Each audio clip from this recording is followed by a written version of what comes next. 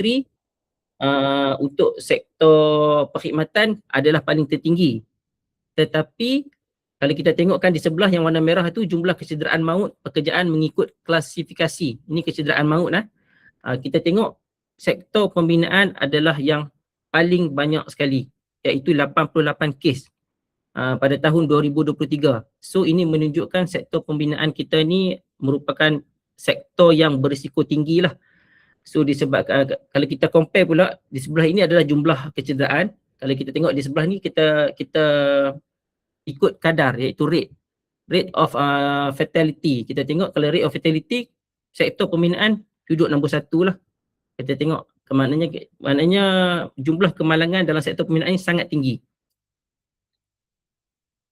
Okey, ini adalah analisis data kemalangan pada tahun 2024. Kalau kita tengok ni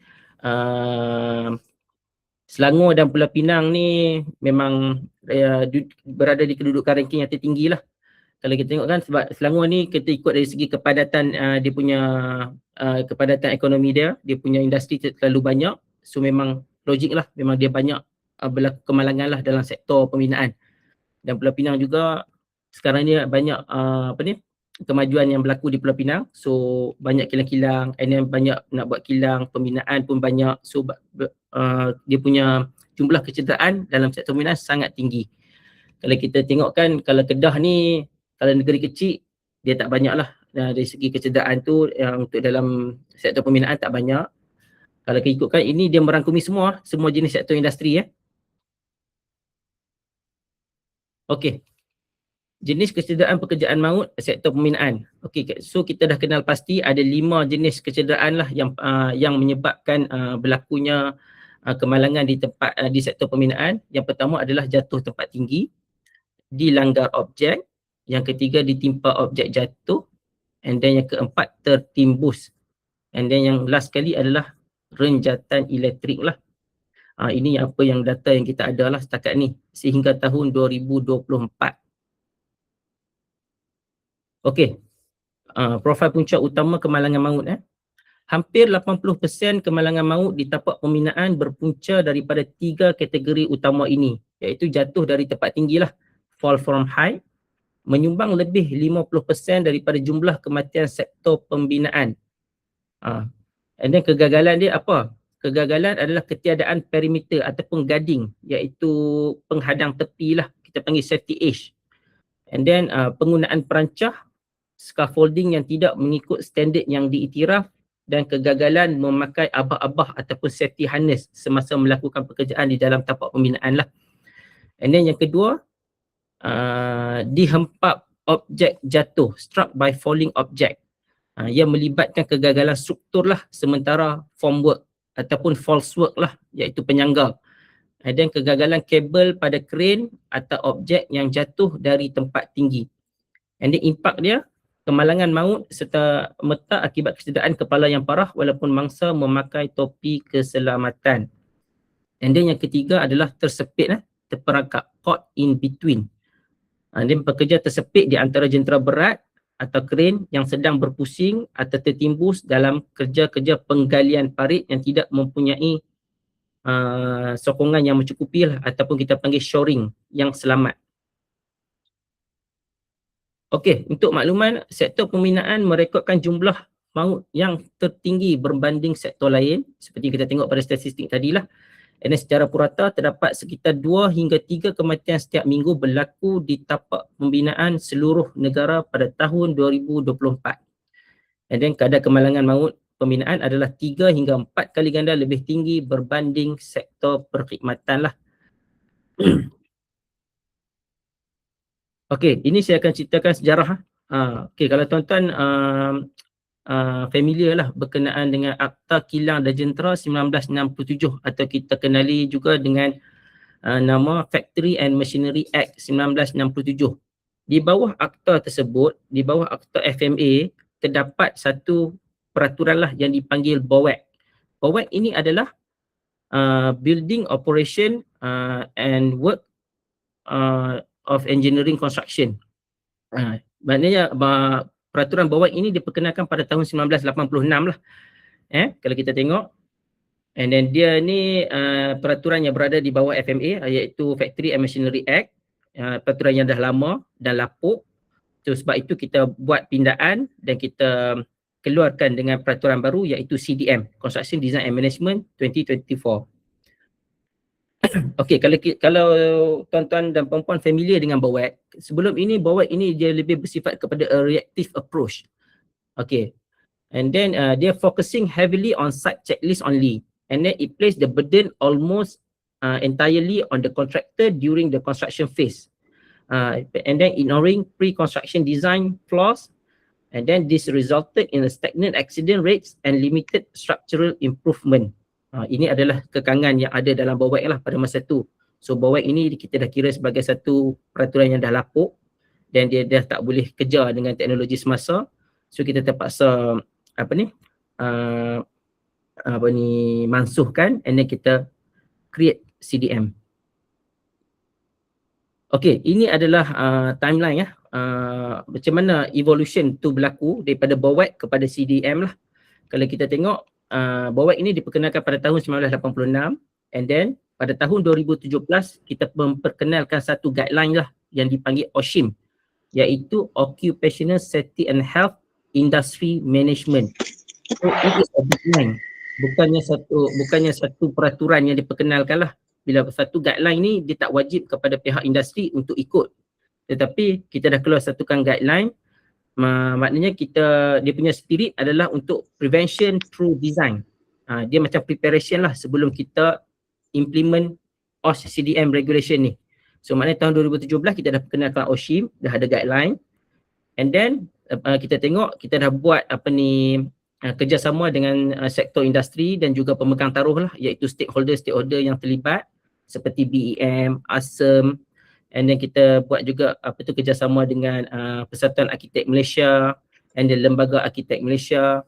So masa tu pada tahun 2017 penerimaan terhadap OSHIM guideline ni diterima baiklah oleh industri dan juga pemegang taruh yang lain lah ataupun stakeholder.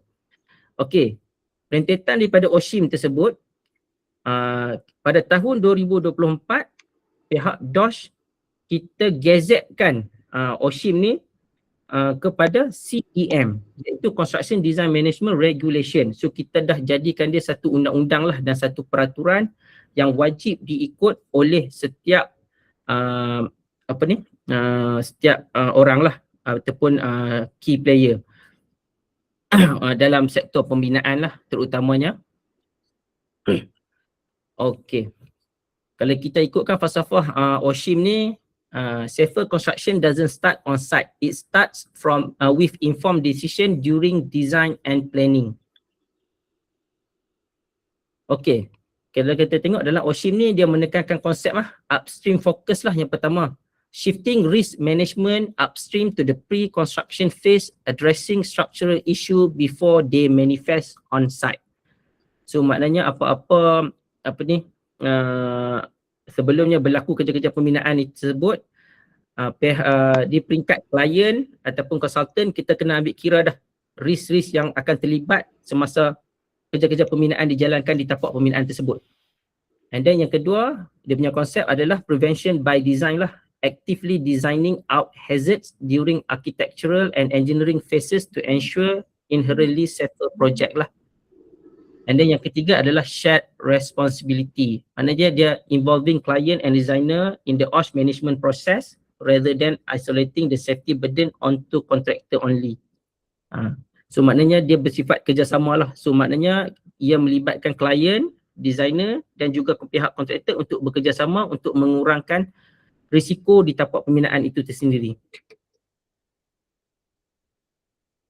Okey, ini adalah OSHDM lah. OSHDM diperkenalkan pada tahun 2024. So it is a mandatory regulation untuk follow lah. Okey, BOAC versus OSHDM lah. Kalau kita tengok comparison between BOAC and OSHDM 2024, kita tengok BOAC lebih bersifat reaktif lah and highly prescriptive framework. Kalau OSHDM ni dia bersifat proaktif and risk-based management approach lah.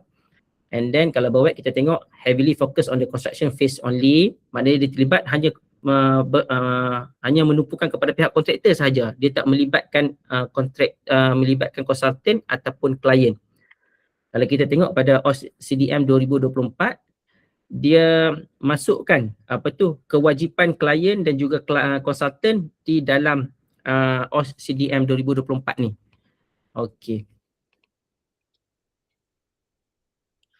Okey, ini adalah key duty holders yang dalam OS CDM lah. Macam saya terangkan tadi, kita ada duty holder. Okey, yang pertama adalah klien lah.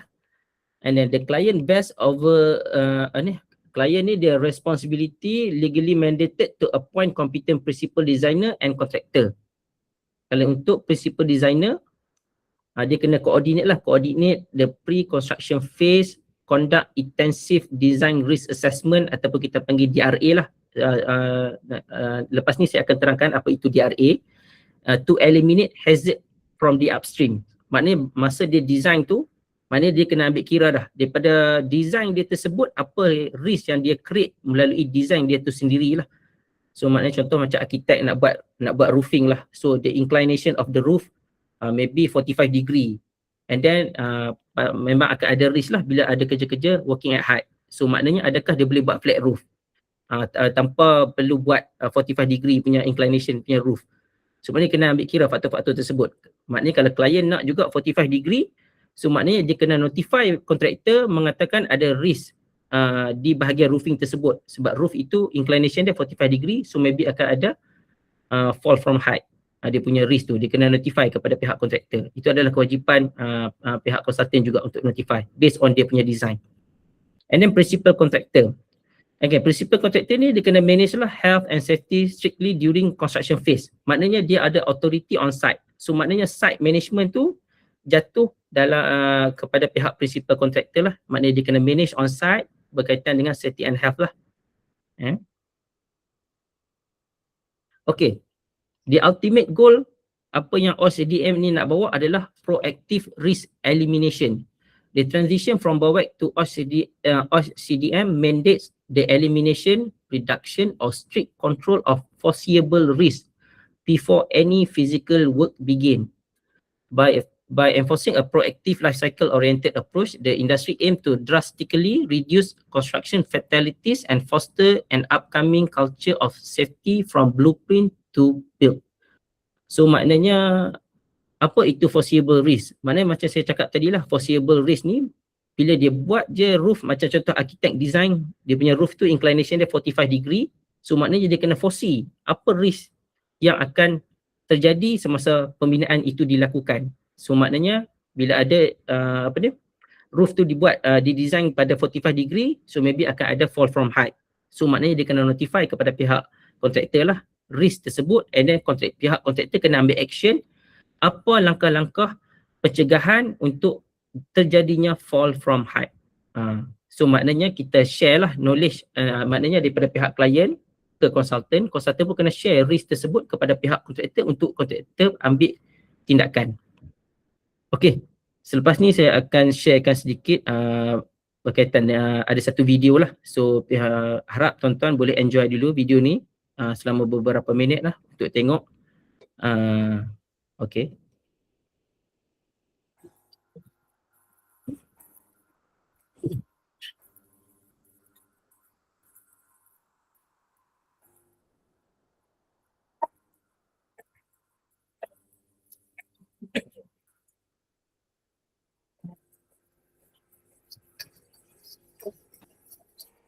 Tuan Ashraf, sound tak ada. Memang tak ada sound ke?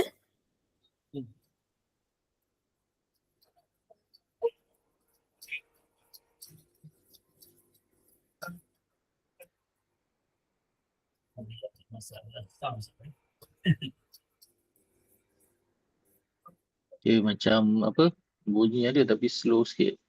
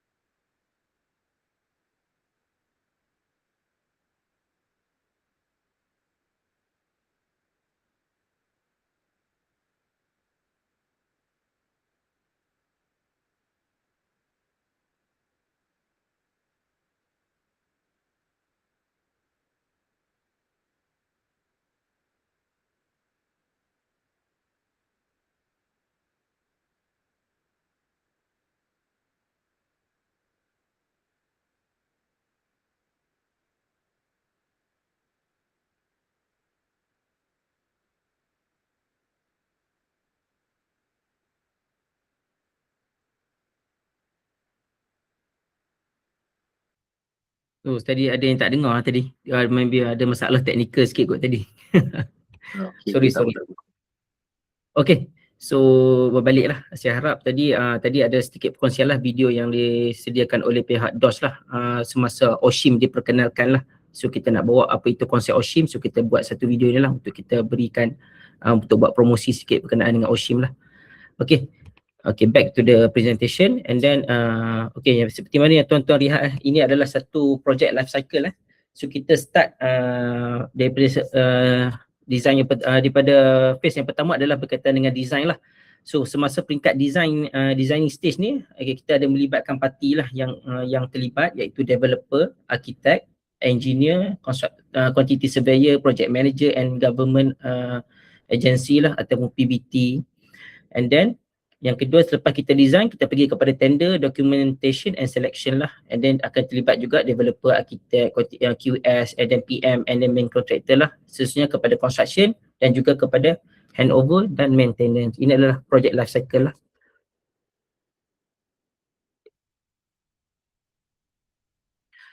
Okay, kalau kita tengok di sini, dia punya chart ni. Kalau kita tengok, dari segi kita start daripada conception and then kita pergi ke detail design and then procurement, construction and startup. Kalau kita tengok dalam untuk yang bahagian warna ungu tu, ability to influence on safety.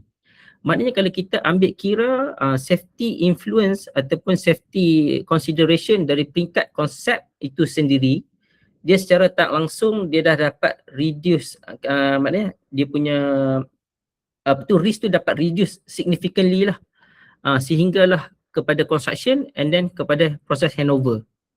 So kalau kita tengok untuk biru punya bahagian cost lah, maknanya kalau kita tak ambil contoh, kalau kita tak kira lah ability to influence safety tu sendiri, so cost ni akan meningkat terutama sekali semasa fasa construction. So maknanya kalau contohlah saya bagi contoh analogi ya. So maknanya jika berlakunya kemalangan di site lah, contoh pekerja terjatuh daripada tempat tinggi. So maknanya terjatuh di tempat tinggi punca dia sebab tak ada a proper working platform. So bila kita check balik di peringkat planning and then designing stage, tak ada consideration berkenaan dengan temporary working platform itu sendiri untuk di-code dalam BQ ataupun dokumen tender lah. So kita kata macam tu. So maknanya bila decide, kontraktor pun pakai cara dia nak jimat cost. So maknanya minta pekerja buatlah maybe working platform yang tak selamat untuk dia orang akses ke sesuatu tempat lah. So, and then menyebabkan terjatuh dari tempat tinggi. So maknanya lepas terjadinya kemalangan tersebut, pihak DOS masuk, contohlah pihak DOS masuk, kita lakukan siasatan, kena buat pembaikan dan kena provide a proper working platform on site. So maknanya kontraktor ni kena keluarkan pula kos dia untuk dia buat a proper working platform di site, dan dia kena keluarkan kos yang lebih lah. Tapi di dalam BQ ataupun dalam dokumen kontrak tak dinyatakan benda tu dan dia tak ada kod harga. So maknanya dia menyebabkan kerugian lah di pihak kontraktor itu sendiri. And then untuk tempoh masa projek untuk disiapkan, delay lah. Disebabkan siasatan yang dilakukan oleh pihak DOS, site terpaksa tutup sehingga siasatan selesai. So maknanya kos makin meningkat. So pihak kontraktor pun kena tanggung and then pihak klien pun kena tanggung disebabkan dia orang gagal untuk mengenal pasti risiko tersebut di peringkat planning stage lagi. Untuk dia orang masukkan elemen safety tersebut di dalam BQ ataupun dokumen kontrak. Lebih kurang macam itulah. Kalau kita tengok yang merah itu di peringkat bahagian resources deployed. So maknanya di peringkat construction ni segala resource mobilize masa construction. Contohnya manpower, machinery, and then kita punya apa-apa resource lah yang melibatkan tapak pembinaan seperti construction material. So maknanya kos ni akan meningkat lah. Kalaunya contohnya terjadi kemalangan di site, manpower dah hilang. So maknanya dia kena tambah lagi satu manpower untuk compensate manpower yang berlaku kemalangan tersebut, yang tercedera lah. So dia tak boleh nak kerja. So dia kena cari lagi manpower baru untuk dia kerja, untuk siapkan projek tersebut lah. Okay. CDM is not about pushing blame and liability upstream to owner or designer. Sebaliknya, CDM adalah is about better collaboration between all stakeholder to improve safety and productivity lah. It brings together the owner of project, designer, especially architect and engineers, main contractor and other key stakeholder to identify OSH risk. OSH tu occupational safety and health lah. And then to eliminate or mitigate them in a systematic and structured way before construction starts. Okay, what is CDM 2024?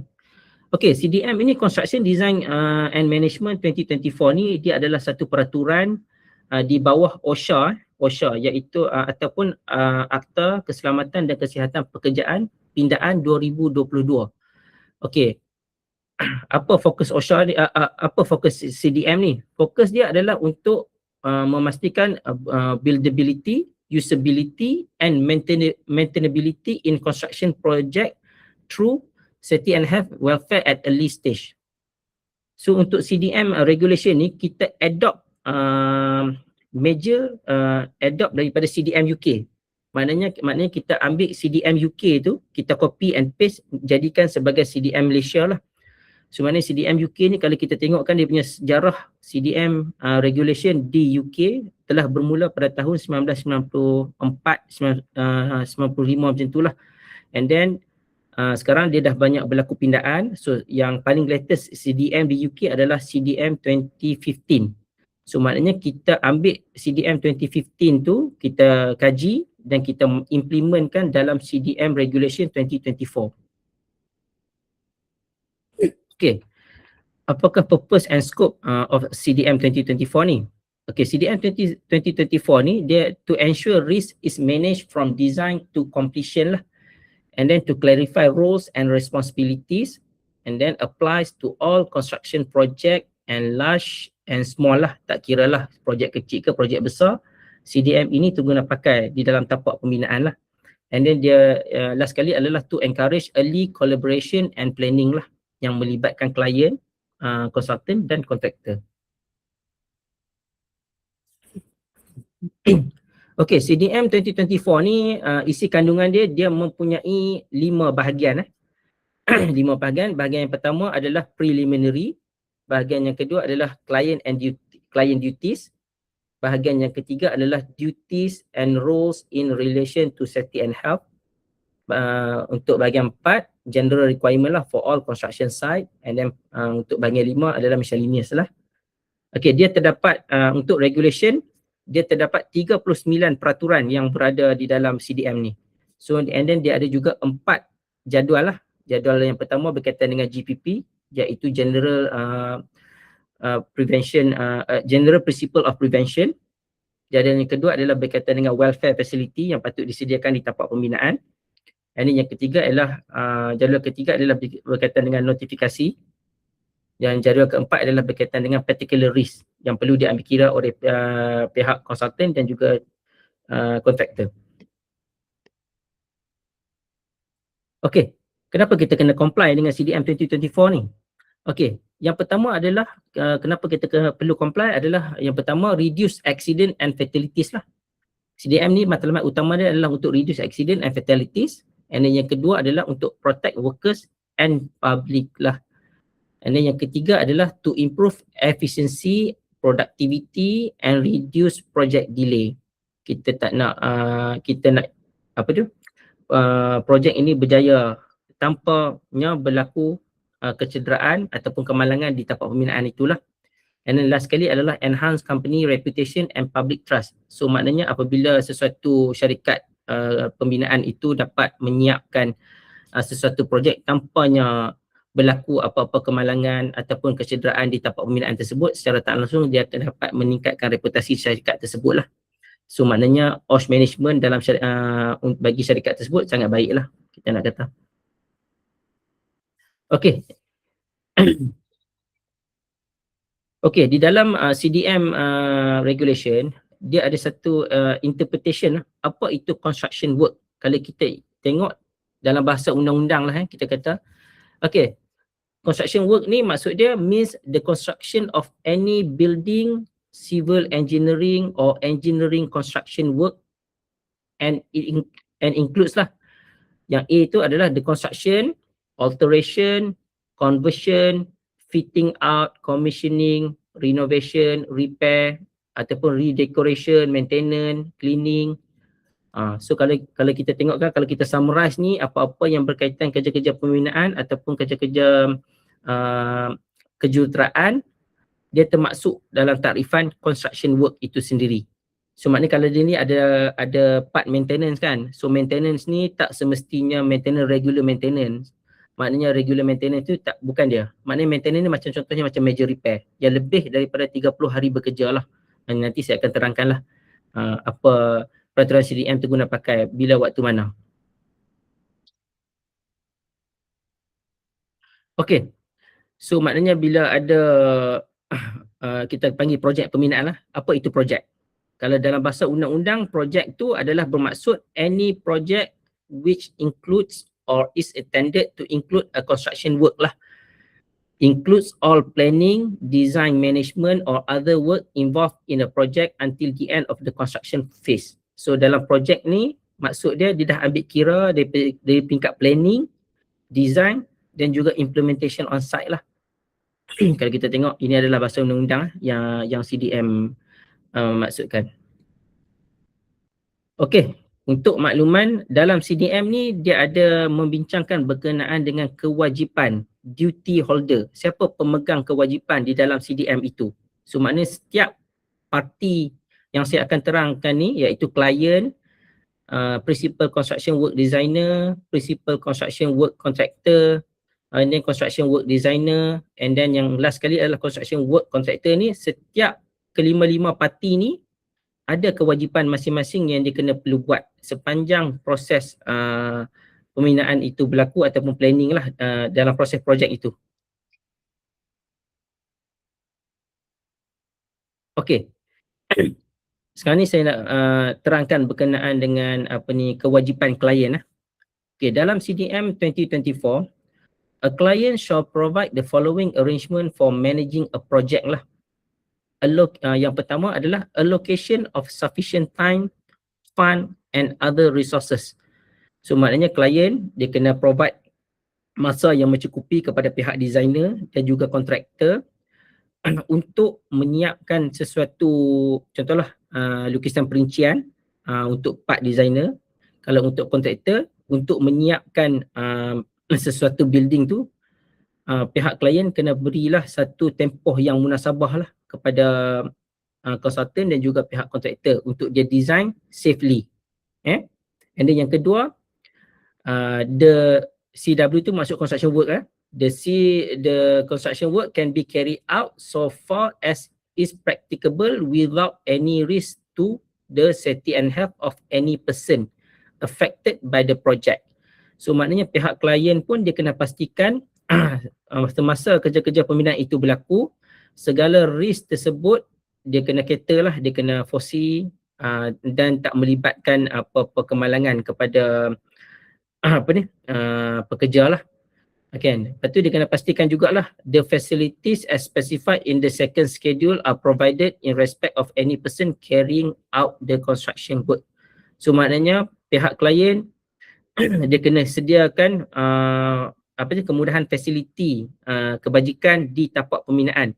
Kalau kita tengok dalam, kita sebut second schedule, dalam second schedule tu ada dinyatakan kemudahan-kemudahan yang perlu disediakan di tapak pembinaan lah, kemudahan kebajikan seperti place of worship ataupun surau ataupun tempat-tempat untuk sembahyang lah, untuk beribadah. And then dia kena supply air minum, and then dia kena ada toilet ataupun locker, changing room.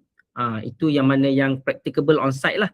Tapi sudah dinyatakan dalam jadual kedua tersebut. So maknanya klien ada duty untuk sediakan kemudahan tersebut di tapak pembinaan lah. Okay, yang kedua, a client shall ensure that the arrangement specified under sub-regulation 1 are maintained and reviewed throughout the project. So maknanya pihak klien ni dia ada satu kewajipan untuk dia pastikan segala kemudahan yang disediakan di tapak pembinaan tersebut berada dalam keadaan yang baiklah sepanjang masa. Okay, what are arrangement? Arrangement refer to the management system and coordination framework for safety and health welfare throughout the project. Key objective, number 1, to ensure clear responsibilities and communication. And number 2, to integrate safety management into planning and design. And then the third one is maintain cooperation between duty holders. Okay, kalau kita tengok tadi dalam duty holder ni kita ada klien lah. Kita ada klien yang pertama. And then yang kedua kita ada principal construction work designer. Ini prinsipal ni nanti saya akan terangkan apa kewajipan prinsipal. And then yang kedua adalah construction work designer, CWD. And then kita ada PCWC, principal construction work contractor. And then last sekali kita ada construction work contractor. Ini tuan-tuan kena familiarize dengan dia punya short form ni. Ataupun apa itu PCWD, apa itu CWD, apa itu PCWC dan juga apa itu CWC. Nanti saya akan terangkanlah, setiap parti ni ada kewajipan masing-masing. Tadi saya dah terangkan berkenaan dengan kewajipan klien. So lepas ni saya akan terangkan berkaitan dengan designer pula lah. Okay, ini summarize lah apa kewajipan klien lah, apa yang klien kena perlu buat. Kalau ikutkan pada peraturan 4 pengurusan projek klien perlulah menyediakan perkiraan bagi pengurusan risiko keselamatan dan kesihatan pekerjaan lah. Tadi masih saya cakap kena sediakan masa, dana dan sumber yang mencukupi, memastikan kerja pembinaan dijalankan tanpa risiko. Kalau ikutkan kepada peraturan 5 ada berkaitan dengan pengurusan dokumentasi KKP. Pihak klien kena pastikan ada menyediakan maklumat pra pembinaan lah. And then yang kedua, memastikan plan fasa pembinaan ataupun kita panggil CPP. CPP ni adalah construction phase plan. Tersedia sebelum kerja bermula. And then yang ketiga, memastikan fail keselamatan dan kesihatan SHF disediakan. Untuk peraturan 6 juga, pematuhan pihak klien kena mengambil langkah-langkah munasabah lah untuk memastikan PCWD iaitu Principal Construction Work Designer, dan juga PCWC, Principal Construction Work Contractor, mematuhi kewajipan peraturan 12 hingga 16 lah. Nanti kena baca lah untuk CDM. Dan pihak klien juga wajib menyimpan SHF lah dan menyerahkan kepada pemilik baru jika bangunan tersebut dijual bagi memastikan kesinambungan keselamatan. And then pihak klien juga perlulah membuat pelantikan lah. So maknanya PCWD dan PCWC ni pihak klien kena lantik. So lantikan tersebut dibuat secara bersurat lah. So maknanya bila pihak klien melantik barulah adanya role PCWD dan PCWC. So bila adanya PCWD dan PCWC, so maknanya kewajipan diorang tersebut diorang kena jalankan lah. Okey, untuk peraturan 8, pihak klien ni dia mempunyai kewajipan untuk menghantar notifikasi JKKP 12 jika projek melebihi had tempoh 30 hari bekerja atau 500 hari orang bekerja. So ini yang part paling penting. So maknanya bilanya kita ada sesuatu projek untuk kita jalankan, so projek tersebut melebihi tempoh 30 hari dia punya planning untuk siapkan. So maknanya pihak klien wajib untuk membuat notifikasi JKKP 12 kepada pihak JKKP. So maknanya untuk maklumkan di situ akan dijalankan sesuatu projek lah. So untuk notify JKKP ni perlulah dibuat melalui kita punya sistem lah, kita panggil MyKKP lah. So maknanya sebelum sesuatu projek itu dijalankan, and then tempoh masa projek tersebut lebih daripada 30 hari atau 500 hari orang bekerja. So 500 hari orang bekerja ni bermaksud pada sesuatu masa tersebut ada 500 orang yang sedang bekerja di dalam site construction site tersebut. Dia kata atau kalau contohlah projek itu besar. So dia kata dia punya projek itu boleh siap selama 20 hari.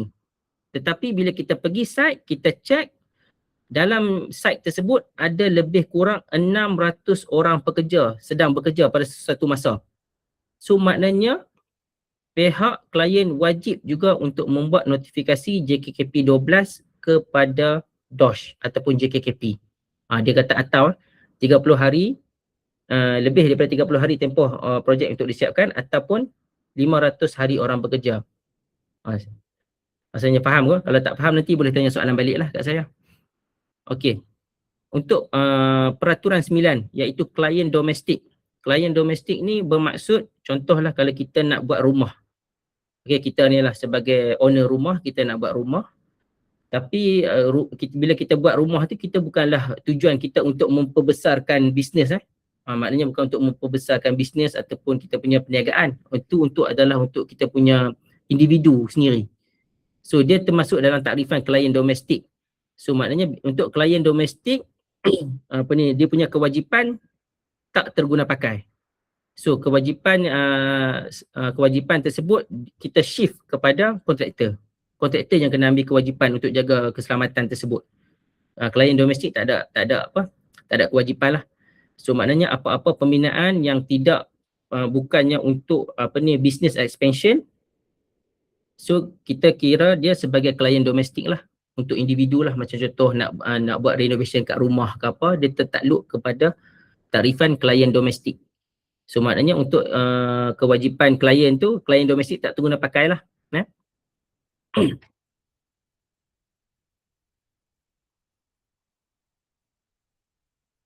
Okey. So saya akan terangkan juga berkenaan dengan kewajipan konsultan lah ataupun designer. Okey. Designer ni dia perlulah yang pertama sekali dia kena identify lah and eliminate foreseeable risk. Macam saya cakap tadi lah, saya bagi analogi berkaitan dengan bumbung tadi. So maknanya jika ada risk yang berkaitan dengan fall from height, pihak designer melalui design yang dia buat, dia kena notify lah kepada pihak kontraktor risk tersebut. And then designer juga perlu coordinate between client and contractor lah. And then dia kena juga liaise with principal contractor for information handover. Okay, untuk melantik designer ni, pihak klien juga kena pastikan construction any CWD lah, construction work designer shall have SKE. SKE ni bermaksud skill, knowledge and experience to fulfill the role in a manner that secure the safety and health of any person involved or affected by the project lah. So maknanya pihak klien sebelum dia melantik sesuatu designer tersebut, dia kena pastikan yang designer tersebut mempunyai SKE lah, skill, knowledge and experience, a reasonable SKE. Okay. Lepas tu pula dalam peraturan ni ada cakap juga dalam peraturan 10 ni, any CWD, construction work designer, shall not accept any appointment unless they fulfill sub regulation 1. So maknanya pihak designer ni tak bolehlah nak terima job berkaitan dengan projek yang ditawarkan tersebut kalau dia tak ada SKE tadi. Seperti yang kita katalah sub regulation 1. And then yang last sekali, any person who is responsible for appointing CWD, responsible for appointing ni maksudnya klien lah. So klien shall take responsible steps to satisfy themselves fulfill the condition sub regulation 1. So maknanya pihak klien kena pastikan designer yang dilantik ni mempunyai a reasonable SKE, skill, knowledge and experience. Okay, ini adalah peraturan 10 berkaitan dengan general duty . So maknanya pihak klien, designer and contractor kena cooperate lah at the same or adjoining construction site to fulfill duty or function lah. Setiap kenalah memenuhi kewajipan masing-masing . Maksud dia macam itulah. Any person under the control of another person shall report anything they are aware of which is likely to endanger their own safety and health or the others. Maknanya setiap parti tadi mempunyai kewajipan untuk report lah berkaitan dengan apa-apa bahaya yang berkaitan dengan safety and health di tapak pembinaan tersebut. So maknanya klien pun boleh buat, kontraktor pun boleh buat, designer pun boleh buat. And then yang last sekali adalah any person who is required by this regulation should ensure the information or instruction is comprehensive and able to be provided ASAP. So maknanya pihak klien pun kena sediakan maklumat yang mencukupi lah sebelum sesuatu projek itu dijalankan, and then pihak designer pun kena pastikan maklumat di pihak mereka pun cukup untuk memastikan keselamatan di tapak pembinaan itu bersesuaian lah dengan design yang dibuat, and then pihak kontraktor pun kena pastikan maklumat-maklumat yang berada di tapak tu mencukupi lah. Okey, kegagalan untuk memenuhi semua keperluan peraturan yang di atas tadi, kita boleh buat kita boleh saman lah. So saman itu maksimum dia adalah 100k lah, 100k ataupun penjara selama 1 tahun lah, ataupun kedua-duanya lah. Okey, peraturan 11 duties of CWD ataupun construction work designer. Okay, construction work designer ni dia shall no comments of any work unless he is satisfied that his client is aware of their responsibilities lah ataupun kewajipan. So maknanya pihak CWD ni kena pastikanlah yang pihak klien ni aware tentang kewajipan dia di bawah CDM tersebut. So maknanya kalau pihak klien tak aware berkaitan dengan kewajipan dia di bawah CDM, dia tak boleh nak terimalah job tu. So and then when preparing, nombor 2 tu, when preparing or modifying a design shall take into account of GPP, General Principle of Prevention, and any PCI. PCI ini kita panggil pre-construction information lah, to eliminate SFIP itu bermaksud so far is practicable any foreseeable risk of any person. So maknanya bila designer ni dia nak design sesuatu benda ataupun sesuatu bangunan tersebut, dia perlulah mengambil kira General Principle of Prevention dan segala maklumat-maklumat berkaitan dengan pre-information yang di-provide oleh pihak klien lah. And then dia punya design itu dia kena pastikan design tersebut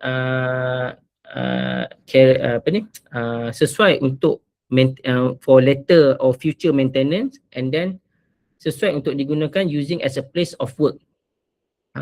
Macam itulah, maknanya dia kena ambil kira daripada designing stage tu, dia kena pastikan macam mana later nanti orang yang dah duduk dalam bangunan tersebut untuk buat maintenance. Contohnya macam aircon van lah, kita kata, saya bagi contoh analogi aircon van di apartment, high rise building. So mana kalau kita tengok kan kebanyakan high rise building ni kadang-kadang aircon van dia tu letak kecil je. Maknanya dia letak aircon tersebut, bila nak buat installation sangat berbahaya.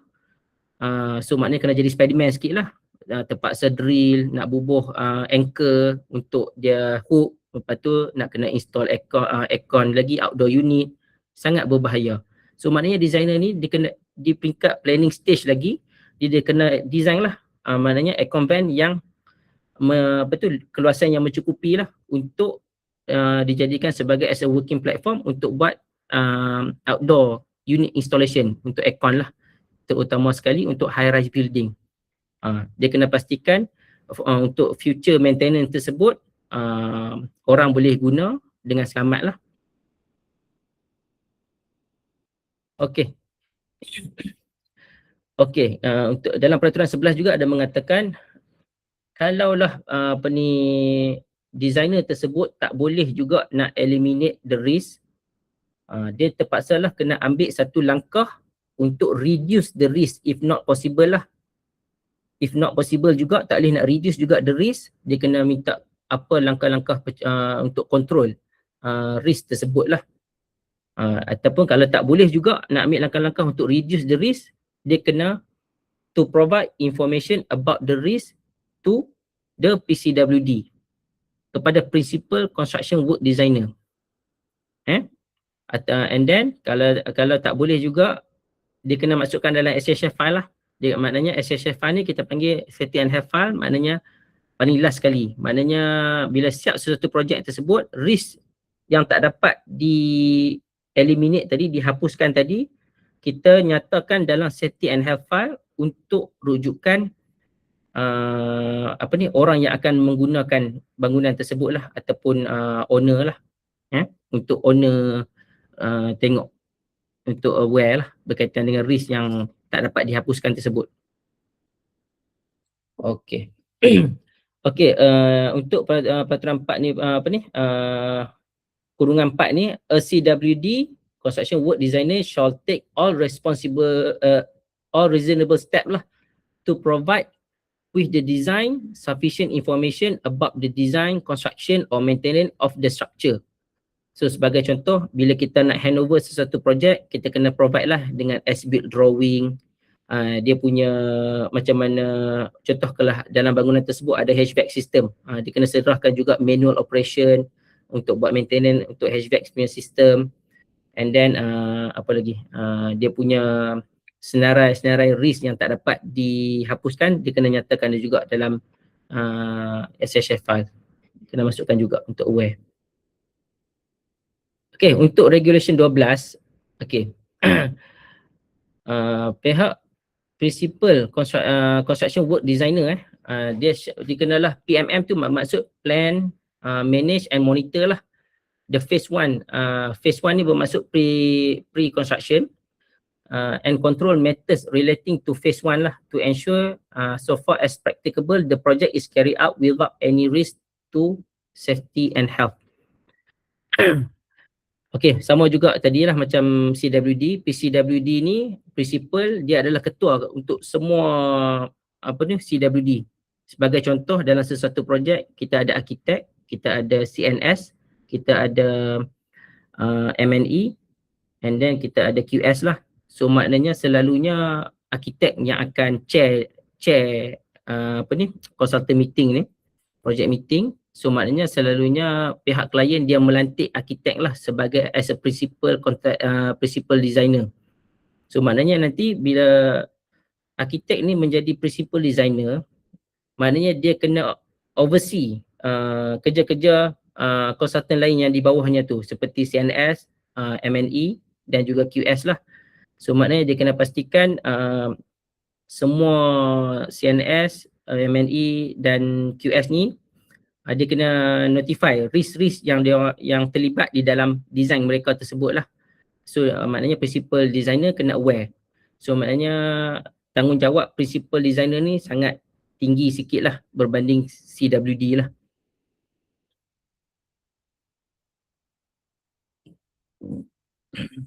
Okay, ini saya skip. Okay, ini adalah summary lah berkaitan dengan apa itu tanggungjawab principal designer. Yang pertama, dia kena plan, manage, monitor pre-construction phase lah. And then yang kedua, coordinate designers and ensure risk management. Yang ketiga, prepare pre-construction information lah. And then yang keempat, ensure safety is integrated into design decision. And then yang last sekali adalah berkaitan dengan safety and health file. Dia kena prepare safety and health file lah. Okay, tadi kita dah sembang berkaitan dengan GPP, iaitu General Principle of Prevention. Apa itu GPP? So GPP ni dia ada 9 elemen lah. 9 elemen. Yang pertama adalah avoid risk. Yang kedua adalah evaluate risk which cannot be avoided lah. Yang ketiga, combat the risk at source. And then yang keempat, adapt the work to the individual. And then yang kelima, adapt to technical progress. And then yang keenam, replace dangerous by non-dangerous or less dangerous lah. And then yang ketujuh, develop a coherent overall prevention policy. Yang ke-8, give collective protective measures priority over individual protective measure. Maknanya collective protection lah. And then yang last sekali, give appropriate instruction to employees. So maknanya dia ada 9 GPP kita panggil. So maknanya designer jika dia nak buat sesuatu design, dia perlulah ikut GPP. Maknanya dia kena tengoklah dia nak buat design tu ada risk. Boleh tak dia avoid the risk? Kalau tak boleh nak avoid the risk, dia kena evaluate the risk tu and then dia kena beritahulah step-step apa. Boleh tak dia adapt to technical progress ataupun dia nak replace dangerous by non-dangerous. Contoh maknanya kalau dia nak buat sesuatu bangunan, so maknanya dia pakai cast in situ concrete. So boleh je dia design menggunakan IBS system. So maknanya bila IBS system ni dia kita panggil dia dah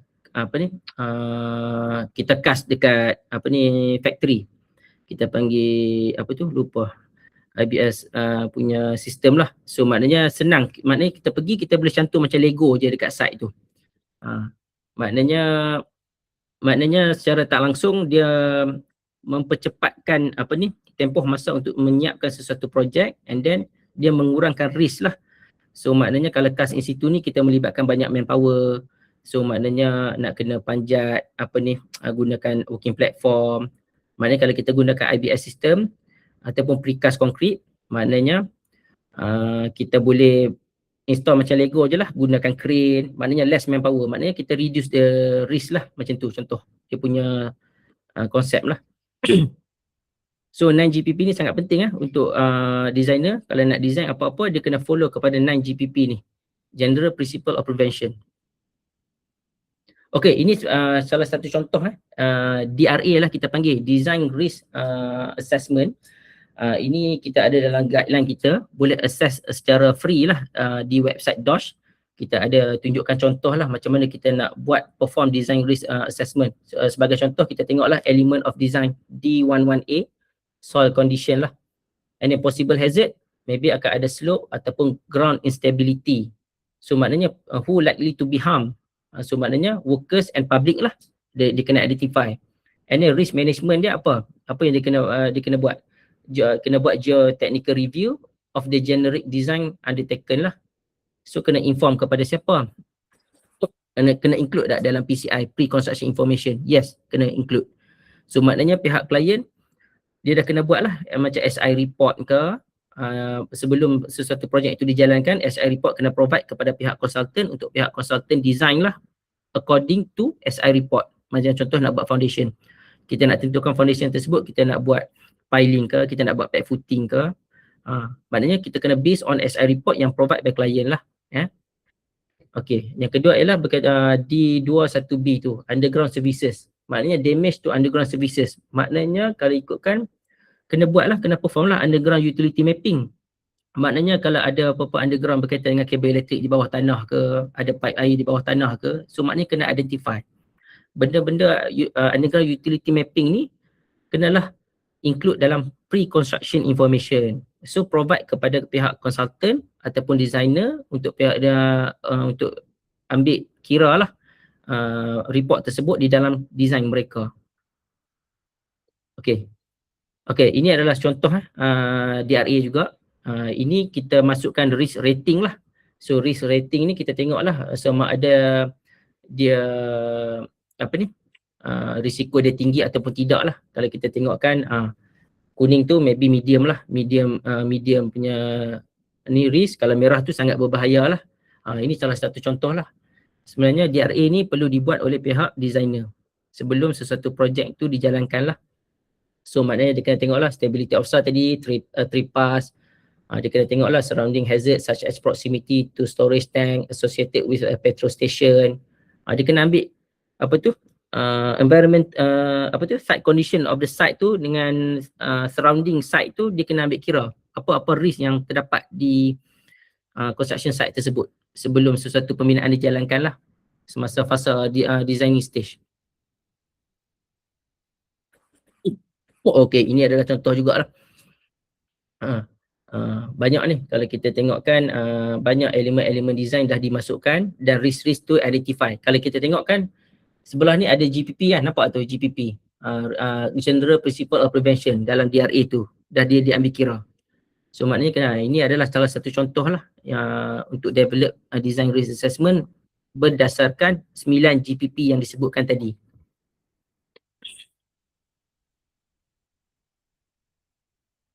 Okey, ini adalah satu contoh. Ini elemen untuk pihak designer untuk kenal pasti risk yang terdapat dia dalam design mereka tersebut, dia orang boleh masukkan dalam construction drawing itu sendiri. So maknanya bila dia nak buat bumbung, okey, dalam bumbung tu, dalam drawing bumbung dia dah bagi tahu siap-siap, dia ada masukkan satu advisory notes lah. Okey, apa affected person, construction worker, aktiviti dia apa yang akan dijalankan nanti, working from height, dia ada hazard, unprotected age at height.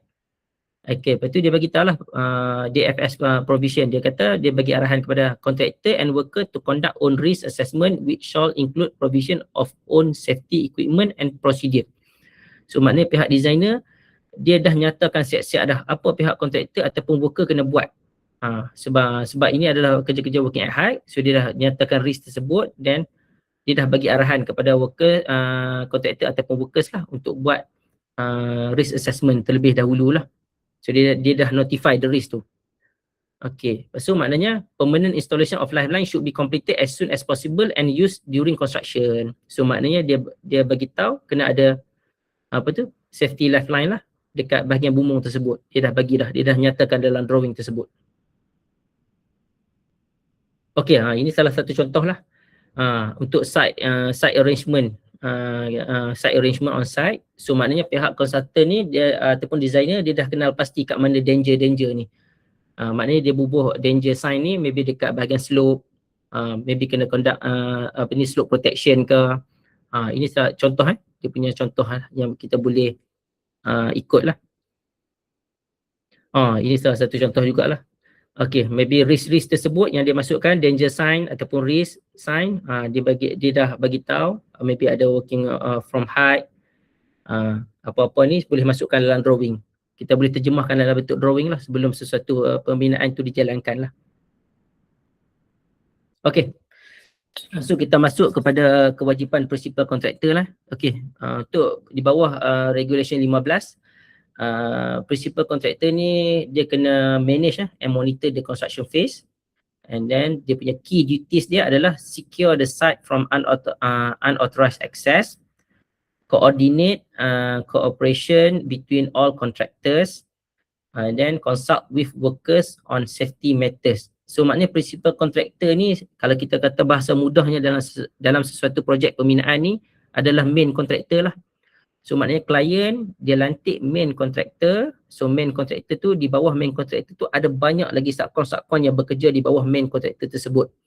So maknanya secara tak langsung main contractor ni dia dah diklasifikasikan sebagai principal construction contractor. Maknanya PCWC lah. So maknanya kewajipan PCWC tu main contractor kena buat. Okay. Principal contractor ni dia kena prepare construction phase plan lah, ataupun CPP. CPP ni adalah satu dokumen yang berkaitan dengan macam contohlah kita boleh masukkan site arrangement layout plan di dalam CPP tersebut, method statement, contoh nak buat kerja-kerja piling, macam mana nak buat kerja-kerja piling dengan selamat, safe work procedure, and then do and don'ts regulation on site. Maknanya peraturan-peraturan di dalam tapak pembinaan tersebut kena masukkan. Contohnya kalau nak buat kerja-kerja temporary structure, macam mana method statement, safe working method statement kena boleh masukkan dalam CPP lah. Contohnya contact number, contractor punya org chart, organization chart, client chart, semua boleh masukkan dalam CPP. So maknanya CPP ni perlu disediakan sebelum sesuatu pembinaan itu dibuat lah. Contoh untuk buat kerja-kerja piling, CPP dah kena ready untuk kerja-kerja piling. So untuk kerja-kerja temporary work pun kena CPP juga kena siapkan. CPP ni dia bukannya satu dokumen yang siap terus. Dia kita panggil sebagai live document lah. Sentiasa continuous updated. Maknanya dah masuk untuk kerja-kerja lain, dia kena update CPP tu sepanjang masa lah. And then yang kedua, pihak PCWC dia kena coordinate lah between subcontractor and workers lah. And then last sekali, maintain site welfare and emergency arrangement. So maknanya welfare pekerja kena jagalah. So dia kena provide lah, dia kena pastikan welfare facility tu berada dalam keadaan baik, and then dia kena pastikan laluan kecemasan tu di-maintain lah dengan baik tanpa ada halangan lah. Okay, ini saya skip. Okay, tadi bila kita ada principal contractor, so ini adalah kewajipan di bawah subcontractor lah, CWC. Kita panggil construction work contractor. So maknanya CWC ni dia kena dengar lah apa-apa arahan yang diberikan oleh principal contractor. So maknanya dia kena report kepada principal contractor. Apa-apa kerja-kerja yang dibuat dia kena report lah, terutamanya berkaitan dengan safety and health lah di tapak pembinaan tersebut. Okey, ni sama aja seperti ni. Principal contractor. Okey. Tadi saya ada sebutlah apa itu PCI, apa itu CPP, apa itu SSF lah. SSF ni adalah Safety and Health File. Okey. Dalam peraturan 5, a client shall provide PCI lah as soon as possible to every CWD and CWC appointed or being considered for appointment.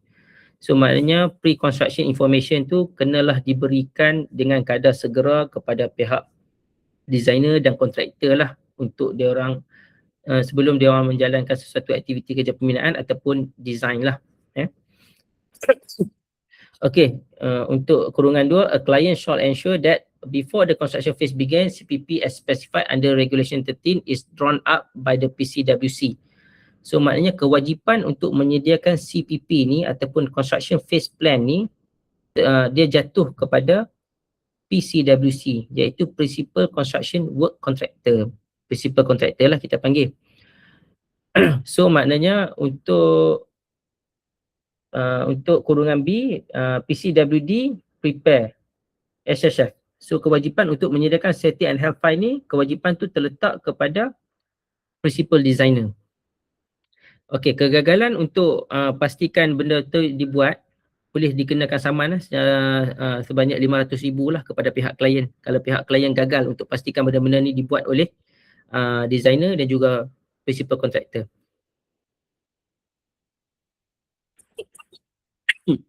Okey. Okey, apa itu PCI? PCI tadi kita tengoklah. PCI ni macam owner kena provide lah. Ini adalah responsibility client untuk provide PCI. PCI ni include survey asbestos register kalau ada kerja-kerja berkaitan dengan asbestos lah, and then environmental report and existing service location. Maknanya existing service location tadi macam saya kata macam underground facility services ataupun berkaitan dengan geotechnical report, SI report, and then survey punya drawing. We kena existing survey drawing lah, maknanya kena provide kepada pihak konsultan dan juga kontraktor. And then apa purpose dia untuk kita buat PCI ni? Purpose dia adalah crucial for identifying risk early and ensuring health and safety during design and construction phase. So maknanya bila kita bagi underground utility mapping report kepada pihak konsultan, so pihak konsultan aware di tempat yang dia nak buat sesuatu bangunan tersebut ada underground facility di bawah tersebut. So maknanya maybe dia kena buat arrangement lah. Dia kena consider sama ada kena divert ke macam mana ke, dia kena specify dalam design dia tersebut. So pihak kontraktor pun aware di situ ada underground services, so dia tak boleh simply correct lah buat excavation kat situ. So maknanya dia orang kena correct and then divert underground services tersebut dululah sebelum dia orang buat aktiviti-aktiviti kerja pembinaan di tapak pembinaan tersebut. Okey, apa itu CPP ya? CPP ni perlu disediakan oleh principal contractor. So dia punya contents tu adalah berkaitan dengan safety arrangement lah, site rules and specific measures for particular risk. Macam saya cakap tadi, contoh nak buat kerja-kerja piling. So maknanya apa risiko-risiko yang terlibat dengan kerja-kerja piling tersebut, pihak principal contractor kena identify and then kena masukkanlah dalam CPP. Okay, contohlah di site tersebut ada high voltage power lines, maybe ada risiko untuk betul lemas, maybe akan ada use of explosive ke, nak gunakan bahan letupan ke, semua dia kena masukkan elemen-elemen tersebut dalam CPP. Macam mana dia nak kawal risiko tersebut lah. Okey, apa itu Safety and Health File? Safety and Health File ni kena prepare by principal designer. So secara metafor ya, kita kata the user manual for the building lah. Maknanya macam Safety and Health File ni kita cakap seperti user manual for the building. So maknanya di situlah kita masukkan as-built drawing berkaitan dengan facility, building services punya mapping. Contoh kat mana pipe air, kat mana valve yang nak kena tutup, yang penting-penting, semua tu dah identify dan ada drawing disertakan di dalam Safety and Health File ni. Dia macam manual for building manual lah.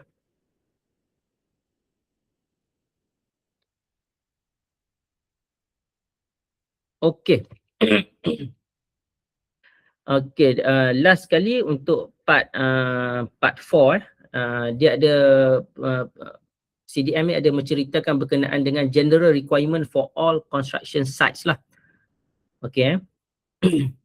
Dia ada bercerita berkenaan dengan safe construction workplace, good order and site security, stability of structure, demolition or dismantling, jika ada kerja-kerja eksplosif, kerja-kerja excavation, coffer dam and caisson, itu akan ada report on inspection, energy distribution, and then ada prevention of drowning, traffic route, vehicles, prevention of risk from fire, flooding and asphyxiation, emergency procedure, and then emergency fire, fresh air, temperature and lighting lah. Ini semua ada dinyatakan di dalam CDM. So kita akan pergi satu-satu nanti. Okey. Untuk part bahagian 4 ni dia terpakai untuk this part shall apply to construction site only lah. Okey. Construction work contractor compliance lah. Dia kena pastikan construction work contractor compliance.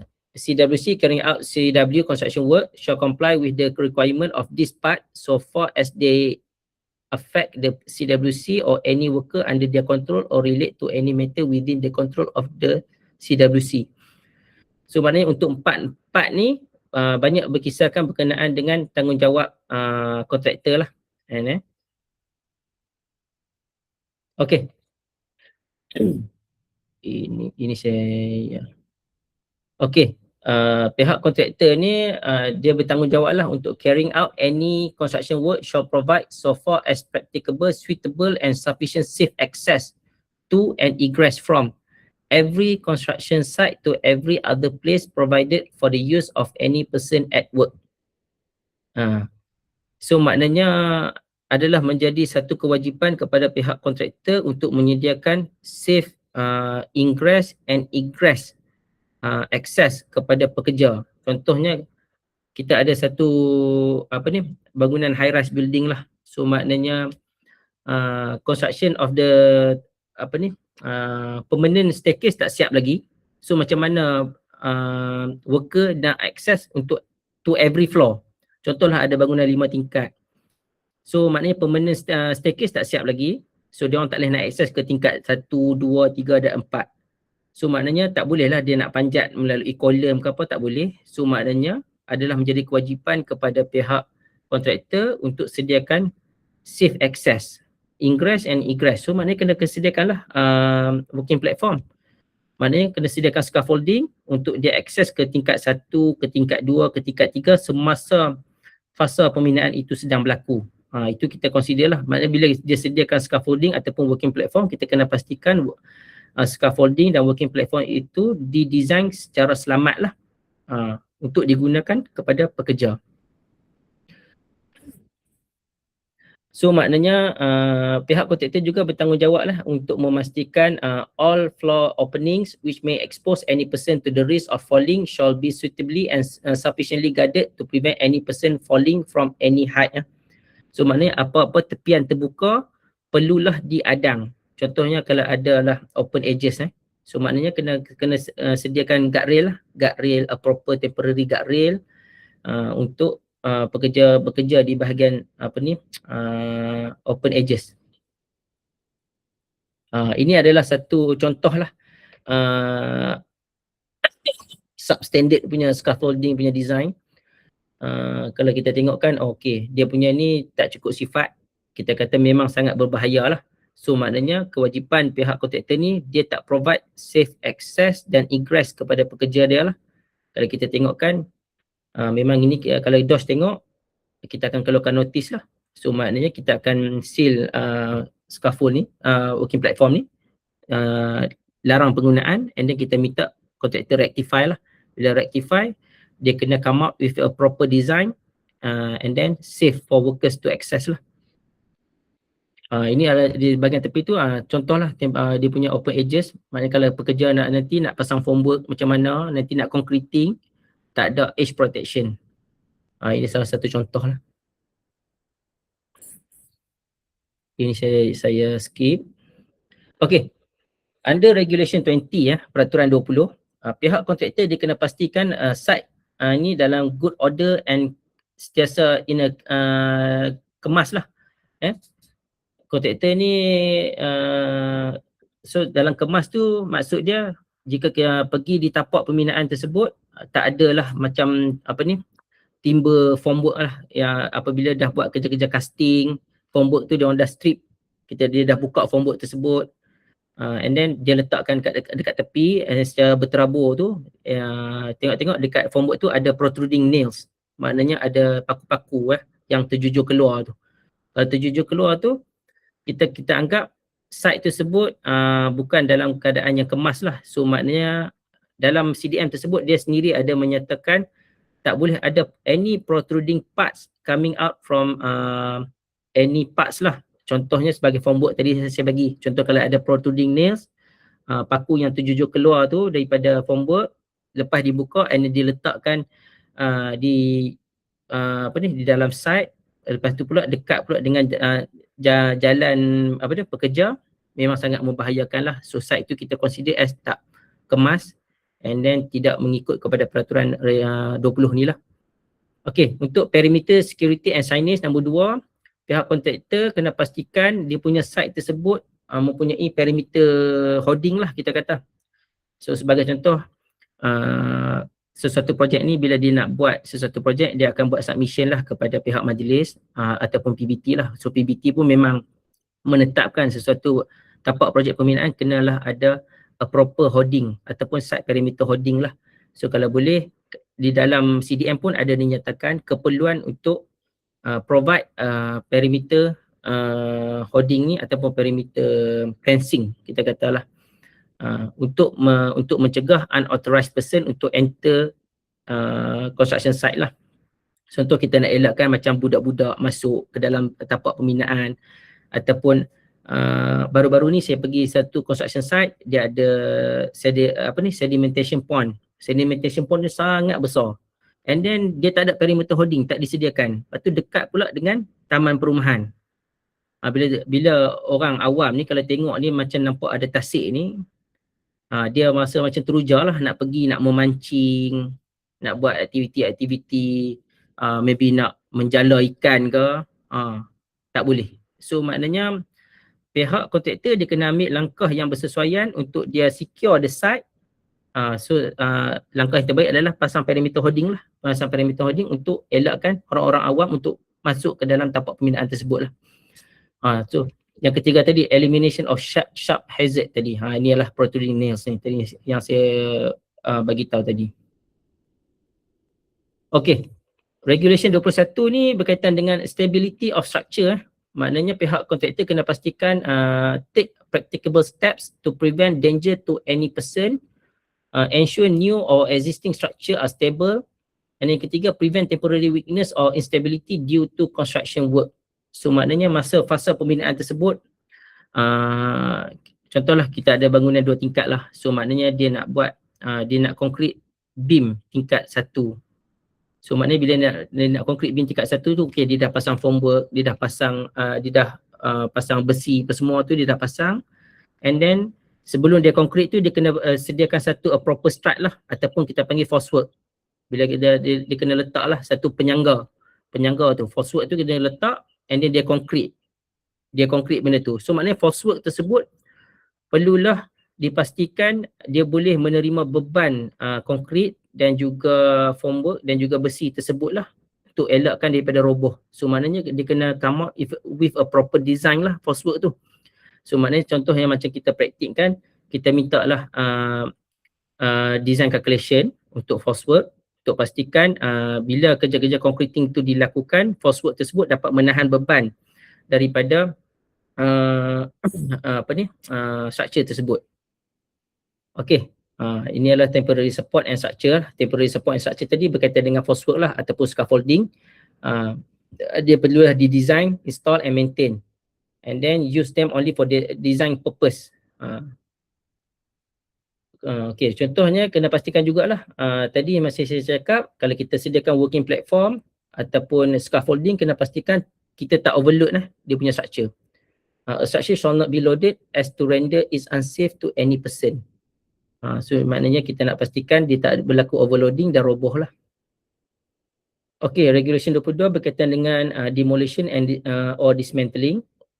So kena pastikanlah kontraktor kena pastikan any demolition or dismantling of a structure is planned and carried out in a manner as to prevent danger to any person where is not practicable to prevent it, to reduce the danger to the lowest level practicable lah.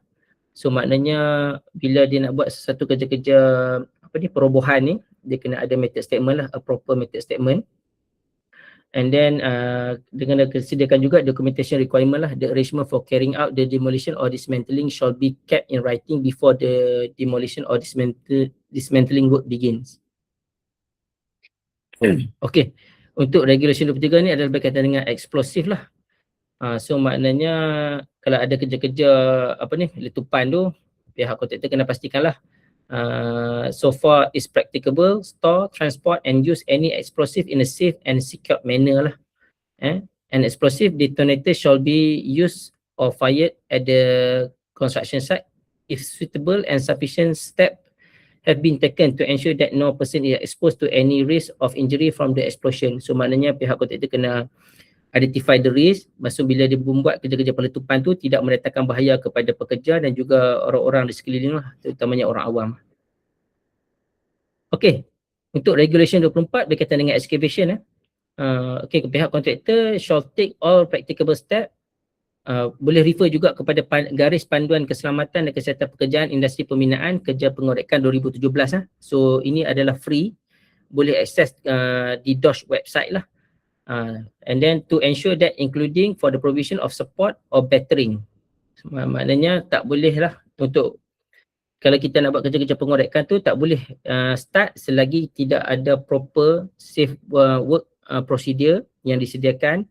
And then lubang pengorekan tu perlulah disupport dengan proper lah. And then jika ada kerja-kerja deep excavation, kena pastikan kena buat proper shoring. Maybe kalau letak sheet pile ke, you nak buat benching type ke, ataupun slope stability punya method lah, you boleh guna. Okay. Dalam peraturan 24 juga berkaitan dengan excavation, dia ada nyatakan juga untuk kerja-kerja pengorekan ni perlulah ada designated person. So designated person ni tugas utama dia adalah untuk memeriksa lubang korekan tersebut lah. Sama ada maybe ada edges kita kata tebing edges tu, kalau ada runtuhan ke apakah, dia kena pastikan benda tu sentiasa intact lah. Kalau ada roboh structure ataupun excavation tu collapse ke apakah, ada tertimbus, dia kena pastikan dia kena buat report lah. So dia ada by shift lah, at the start of the shift in which the work is to be carried out, dia kena buat report. And then after any event likely to have affected the strength or stability of the excavation, dia kena notify lah. And then yang ketiga, after any material unintentionally falls or dislodged, maknanya kalau ada runtuhan, dia kena masukkan dalam dia punya report. Okay, excavation stop work protocol Okay, designated person dia kena perlulah inform of dissatisfaction. Maknanya jikanya dia nampak berlaku keruntuhan lah dekat excavation tersebut, so dia tak berpuas hati. So maknanya dia kenalah stop work lah. Dia kena stop work. Lepas tu sehinggalah kerja-kerja penambahbaikan dijalankan. Kalau dia dah rasa selamat, barulah kerja-kerja pembinaan tersebut boleh diteruskan di dalam lubang pengorekan tersebut lah. Okay, regulation 25 berkaitan dengan cover dam and caisson lah. Okay, kalau cover dam and caisson ni pun kena pastikanlah dia design secara proper. And then untuk cover dam and caisson ni juga ditetapkan juga designated person lah. Sama tugas tadi, dia kena pastikan every shift kena buat report. Maknanya kalau ada air masuk di dalam cover dam tersebut ke di tempat ruang kerja pun dia kena notify dalam report tersebut lah. Ini adalah contoh cover dam. confident customer where the designated person carrying out an inspection under sub regulation 2 lah inform the person on whose behalf the inspection is carried out of the any dissatisfaction in relation to the matter specified under sub regulation 1 lah. Okay, the construction work shall not be carried out in the confident or caisson until the matter has been satisfactorily remedied. Maknanya kena buat penambahbaikan dululah sebelum kerja-kerja dijalankan. Okay, report of inspection. Ini adalah report lah apa yang dia perlu sediakan. Isi kandungan dia kena ada nama, address, location of the place of the construction work inspected. Kena ada description lah of the place including plant and material lah. Okay, ini adalah dia punya contoh apa ni isi kandungan lah. Kena ada date, identify the risk, action taken, further action. Lepas tu kena submit lah the report or copy of it to the person on whose behalf the inspection was carried out lah within 24 hours after completing the inspection. Okay. Ini report inspection kena ensuring compliance lah and then keep the report, kena submit to officer. Okay, kegagalan untuk buat report tersebut boleh kena sebanyak 5K atau 5,000 ataupun penjara 1 tahun lah ataupun kedua-duanya. Okay, ini adalah contoh laporan pemeriksaan kerja pengorekan lah yang tuan-tuan boleh tengok.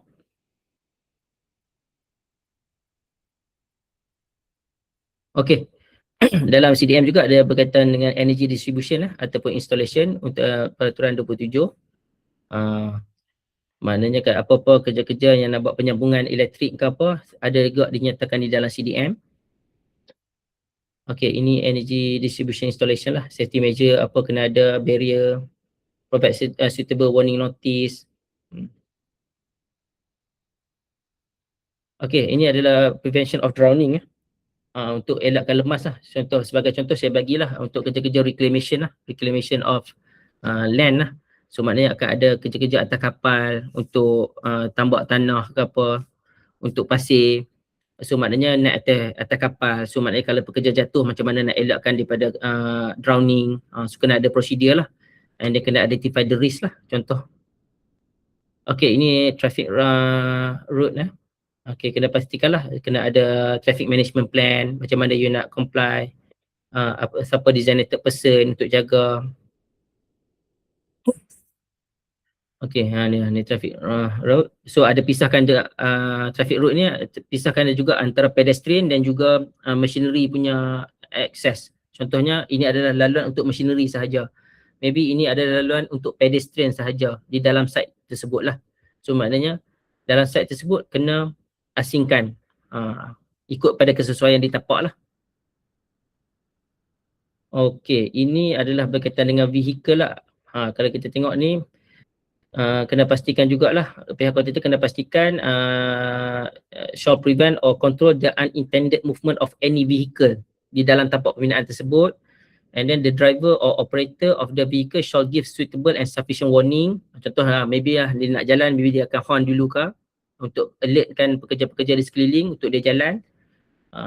So adakah anda ambil langkah-langkah yang munasabah untuk pastikan machinery tidak jatuh di dalam lubang pengorekan ke? Itu pihak kontraktor kena pastikan lah. Okey, pihak kontraktor juga kena pastikan tidak ada kebakaran yang berlaku lah, ataupun banjir ke, ataupun gas-gas yang berbahaya di dalam tapak pembinaan tersebut lah. Okey, untuk peraturan 32, pihak kontraktor juga perlulah untuk menyediakan emergency procedure ataupun kena ada jugalah emergency response plan lah. So maknanya jika berlakunya apa-apa kecemasan di tapak bina, so maknanya nak bertindak macam mana. Contoh kena ada assembly point lah, assembly point, kena ada emergency response team, ERT team kena ada, you kena lantik, kena ada BOFA trained person berkaitan dengan first aid punya. Tu semua tu kena develop a procedure lah, macam mana nak buat. Ini emergency route lah and exit. Kena pastilah emergency route and exit. So kena ada dia punya layout plan lah, kat mana assembly point ditanda lah di dalam layout tersebut. Okay, kalau ada fire detection and firefighting lah. So maybe di tapak kena ada keperluan lah untuk ada fire extinguisher. And then kalau lah di dalam bangunan tersebut kena ada keperluan berkaitan dengan smoke detector ke. And then reference to emergency procedure kena develop, kena buat testing lah. Okay, ini berkaitan dengan fresh air. Fresh air ni apakah pihak kontraktor pun kena pastikan jugalah pekerja bekerja di dalam suasana yang kondusif lah. So berkaitan dengan fresh air, kena pastikan pekerja mendapat udara yang segar lah, macam tu dia punya maksud dia. Okay, berkaitan dengan temperature and weather protection. So pihak kontraktor pun kena pastikan pekerja bekerja dalam keadaan suhu yang bersesuaian lah. And then outdoor work protection pun kena ada. Contohnya macam baru-baru ni saya pergi ke projek solar audit. So maknanya bila projek solar ni dia akan clearkan semua site tersebut macam padang jarak terkukur lah kita kata. So maknanya dia punya risiko tu akan ada heat stress. Bila heat stress ni ada, so maknanya dia akan menyebabkan pitam ataupun pengsan lah. So maknanya pihak kontraktor tu wajib lah untuk sediakan resting area yang mencukupi dan juga water station lah. So maknanya dia kena pastikan suhu-suhu pun dia kena tengok juga adakah suhu tersebut bersesuaian untuk pekerja dia bekerja. Itu pun salah satu elemen yang ada dalam CDM lah. Okay, lighting. So lighting ni dia lebih fokus kepada kerja-kerja waktu malam lah. So maknanya bila adanya kerja-kerja waktu malam di tapak pembinaan, dia kena pastikan lighting di tapak pembinaan tersebut mencukupi lah. So macam mana kita nak pastikan dia mencukupi, boleh rujuk garis panduan yang dikeluarkan oleh JKKP lah. So kita akan ukur menggunakan lux meter lah. Kita akan tengok untuk sekian-sekian lux tersebut dia comply untuk dia buat kerja-kerja malam. So maknanya pihak kontraktor pun kena take consideration lah berkaitan dengan kerja-kerja malam yang menggunakan lighting. Okay. Untuk sekarang saya dah pergi ke part 5 berkaitan dengan miscellaneous lah. Okay, dalam regulation 38 dia ada CDM ini ada menceritakan berkenaan dengan safety and health assistant. Maknanya safety and health assistant ni dia punya tanggungjawab dia ni adalah untuk membantu klien lah, kita kata untuk membantu klien sepanjang fasa pra pembinaan dan pembinaan yang sedang berlaku lah. Kalau ikutkan safety and health assistant ni, kalau tuan-tuan aware lah, sekarang ni ada training provider yang berdaftar di bawah DOSH memperkenalkan satu kursus lah yang berkaitan dengan CDM professional, iaitu kita panggil Construction Design Management Professional. So maknanya CDM professional ni adalah satu kursus yang develop by DOSH lah, and then melalui training provider kita bagikan kursus kepada industri, untuk industri ambil kursus tersebut dan faham apa itu CDM. Bila dia dah masuk kelas, dia belajar itu apa itu DRA, Design Risk Assessment, and then dia belajar itu apa itu 9GPP, and then bila dia habis kursus tersebut, so kita iktiraf dia sebagai CDM professional lah.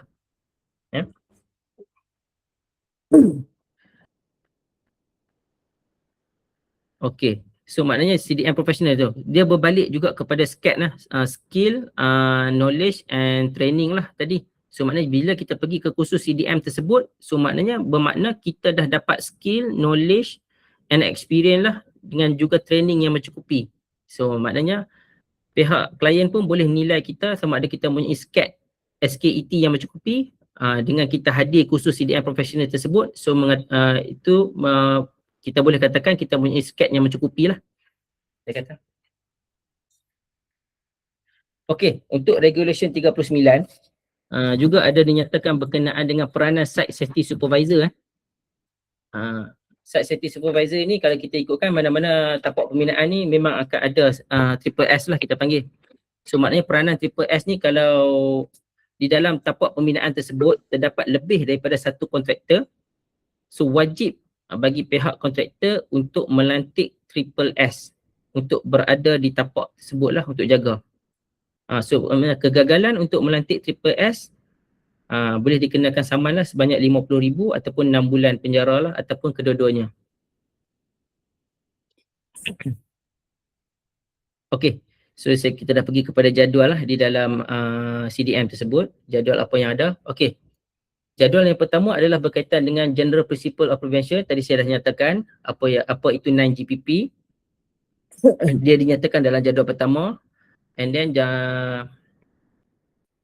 untuk second schedule tadi, dia ada nyatakan berkenaan dengan minimum welfare facilities required for construction site lah. So maknanya pihak klien tadi dia kena pastikan lah kena ada sanitary conveniences, kena ada drinking water, kena ada facilities for rest, kena ada washing facilities, changing room and place of worship lah, ataupun kita bagi contoh surau lah kita kata.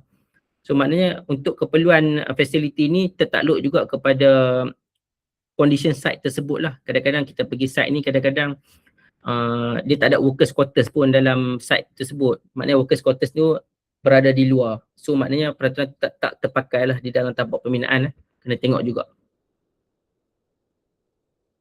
Okey, third schedule ni adalah berkaitan dengan apa-apa maklumat yang perlu dimasukkan lah di dalam JKKP 12 tu.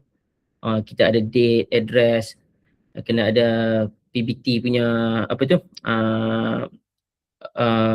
kebenaran merancang punya reference number, timeline.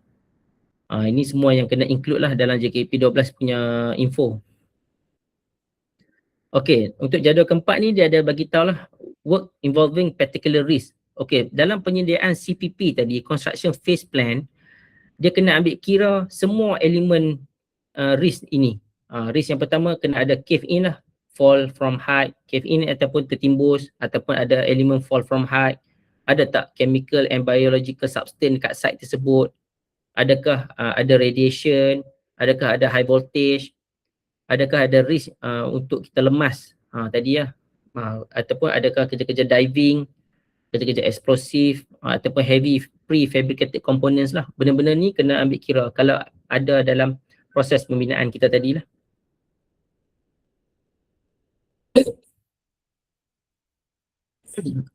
Okey, ini adalah untuk to build a stronger safety culture lah.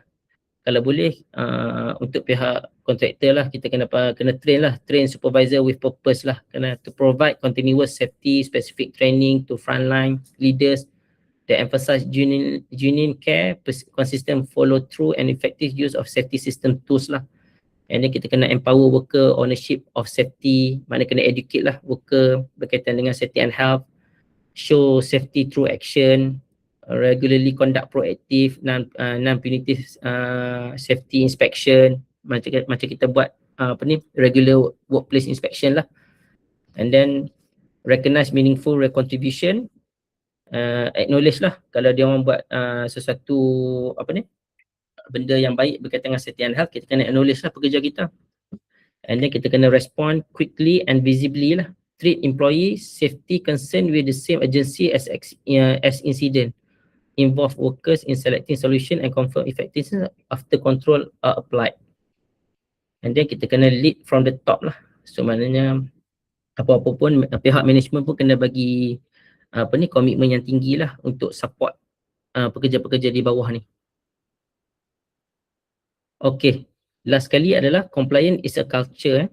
OSCDM 2024 is not just a checklist, it is a framework for professional excellence, ensuring that safety is designed in, not just added on. So maknanya kita punya CDM ni adalah patutnya start di peringkat planning stage lagi, baru dia bukan sekadar checklist yang perlu kita tik tu, maknanya dia start beyond lagi, maknanya di peringkat planning stage sampailah ke construction stage. Dia punya spirit yang dibawa oleh CDM 2024 lah. Okay, that's all from me lah. So saya serahkan kepada moderator lah jika ada apa-apa persoalan yang ingin ditanya. Okay, terima kasih kepada DS Muhammad Ashraf atas webinar session yang sangat menarik lah. So saya buka our webinar session for Q&A lah for now. Jika ada apa-apa soalan boleh tanya terus guna mic ataupun juga boleh kalau nak tulis di ruangan chat sana lah. Dipersilakan. Ada apa-apa soalan daripada peserta?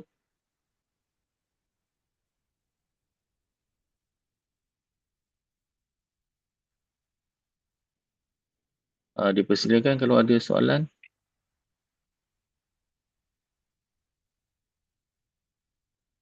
Okey, saya rasa saya sendiri pun sebenarnya ada beberapa soalan lah. Oh ya ya. First kali saya nak tanya jugalah kan. Mhm. Orang kata untuk penguatkuasaan ni OSH, Mhm. Construction and Design and Management Regulation 2024 ni, Mhm. sebenarnya apa dia punya masalah ataupun challenges yang paling besar yang dihadapi oleh kontraktor, perunding ataupun pemilik itu sendiri terhadap apa orang kata regulation baru ni lah, terutama bagaimana untuk implementation, terutamanya orang kata bagi projek yang kalau projek besar company besar lah, ada duit dan sebagainya lah kan. Tapi bila Mhm. melibatkan projek yang berskala sederhana dan kecil ni mungkin ada budget limitation dan sebagainya. Jadi apa dia punya cabaran yang terbesar lah. Okey lah. Okey. First kali adalah berkaitan dengan cabaran yang terbesar yang kita hadapi sebagai as a enforcer. Okey, yang pertama sekali parti yang pertama lah iaitu klien lah. So klien ni sebelum ni macam saya cerita tadi, sebelum ni kita kuat kuasakan BOWAC. So maknanya BOWAC sebelum ni lebih kepada reactive punya approach. So maknanya kita pergi site, kita tengok apa non-compliant yang berlaku di site tu, terutamanya pihak kontraktor lah. So kita charge dan kita keluarkan saman ataupun kita compound lah sebelum ni. So maknanya pihak klien ataupun pihak konsultan ni tak termasuk pun dalam loop penguatkuasaan kita pada masa tu. So maknanya pihak kontraktor lah selalu yang kena. The blame put on the contractor only. So maknanya bila kita kuat kuasakan CDM ni, of course lah akan berlaku macam kita kata kejutan budaya lah untuk pihak pihak klien dan juga konsultan. So frankly speaking lah, maknanya semasa kita kuat kuasakan CDM, kita macam mana? Kita dapat feedback yang negatif sikit lah daripada contohnya daripada Lembaga Arkitek Malaysia ataupun PAM lah, dan PAM jugalah, Persatuan Pertubuhan Arkitek Malaysia. So dia orang minta kita untuk bagi grace period kepada industri, terutamanya untuk pihak konsultan lah dan klien, untuk sebelum kita fully enforce, sebabkan dia orang kata dia orang tak ready, and then dia orang perlukan masa lah untuk dia orang adopt CDM ni dalam dia orang punya construction life cycle lah. So maknanya kalau kita ikutkan kita punya consultant ni, dia punya mindset ni masih conventional. So maknanya apa-apa pun based on contractual ataupun document contract yang diberikan oleh pihak klien. So maknanya scope of work tu pun within dalam kontrak lah. So apabila kita buatnya CDM ni, kewajipan tu secara tak langsung kita dah nyatakan dan kita dah gazette sebagai satu peraturan yang wajib diikuti oleh pihak konsultan lah. So pihak konsultan kata ini adalah satu burden lah untuk pihak konsultan untuk dia adopt CDM ni. Itu maybe ada sikit lah percanggahan di situ. Kalau kita ikutkan dia pihak klien ni, maybe kita kena educate pihak klien sikit lah untuk sebenarnya kita punya hasrat ni, kita nak pastikan pihak klien ni menyediakan sufficient fund, resource yang mencukupi kepada pihak konsultan dan juga kontraktor untuk dia design sesuatu benda dan buat sesuatu projek itu dengan selamat lah. So maknanya kalau boleh kita nak tengok dia peringkat tendering lagi. Maknanya segala kos-kos berkaitan dengan OSH ataupun OSH tu diambil kira dan dimasukkan secara langsung di dalam dokumen kontrak untuk kontraktor masukkan harga dan konsultan pun masuk harga, and then win-win situation lah. So maknanya kerja lebih tu dibayar dengan lebih lah, sebab sekarang ni di industri klien ni dia tak nak bayar lebih. Contoh dia kata okay, you punya kewajipan bertambah tak apa, tapi you punya fee sama. Macam tu lah di peringkat industri ni. Cuma mencabar sikit lah untuk kita nak kuat kuasakan dan kita nak educate balik klien dan juga konsultan. Okay, Itu saja. Okey, Harap baik-baik. Terima kasih. Soalan ada lagi lah, saya sambung lah soalan saya dulu lah, yang kedua lah. okey. Sebab saya juga dulu ada terlibat lah orang kata dengan kerja-kerja construction jugalah. Okey. Jadinya saya nak tanya pada orang kata apa, pandangan Tuan, kerja-kerja temporary works kan, termasuklah orang kata temporary slope jika melibatkan excavation, formation dan sebagainya. Sebenarnya tanggungjawab untuk memastikan kestabilan dan keselamatan tu jatuh di bawah kontraktor ataupun sebenarnya masih tanggungjawab kepada CNS consultant tu sendiri. Okey. Sebab Soalan yang macam bagus. ada selalu design kita bagi of course benda yang dah final result lah, tapi orang kata temporary works ni kita pun tak pasti kontraktor tu akan buat method construction yang bagaimana kan. Betul. Jadinya apa pendapat Tuan? Okey, contohlah untuk macam contoh nak buat slope stability punya method, and kan maybe consultant dah sediakan satu construction drawing yang perlu diikuti oleh pihak kontraktor lah. Okey, sepatutnya bila kita nak buat kerja-kerja berdekatan dengan slope tersebut, okey, kalau di peringkat consultant tersebut, okey, dia tahu dia nak buat slope lah, kata dia nak buat slope. Okey, semua design tu semua dia dah sediakan. Cuma di peringkat consultant tersebut cukup bagi saya sekadar dia tahu risk apa yang ada di tapak pembinaan tersebut. Contohnya di slope tersebut. Contohnya katakanlah bila kita design slope ni, maybe kita ada possibility untuk collapse. Slope collapse kita kata. Kena bagi tahu lah risk dia adalah slope collapse. Maknanya dalam drawing tersebut kena juga disertakan juga dengan SI report lah.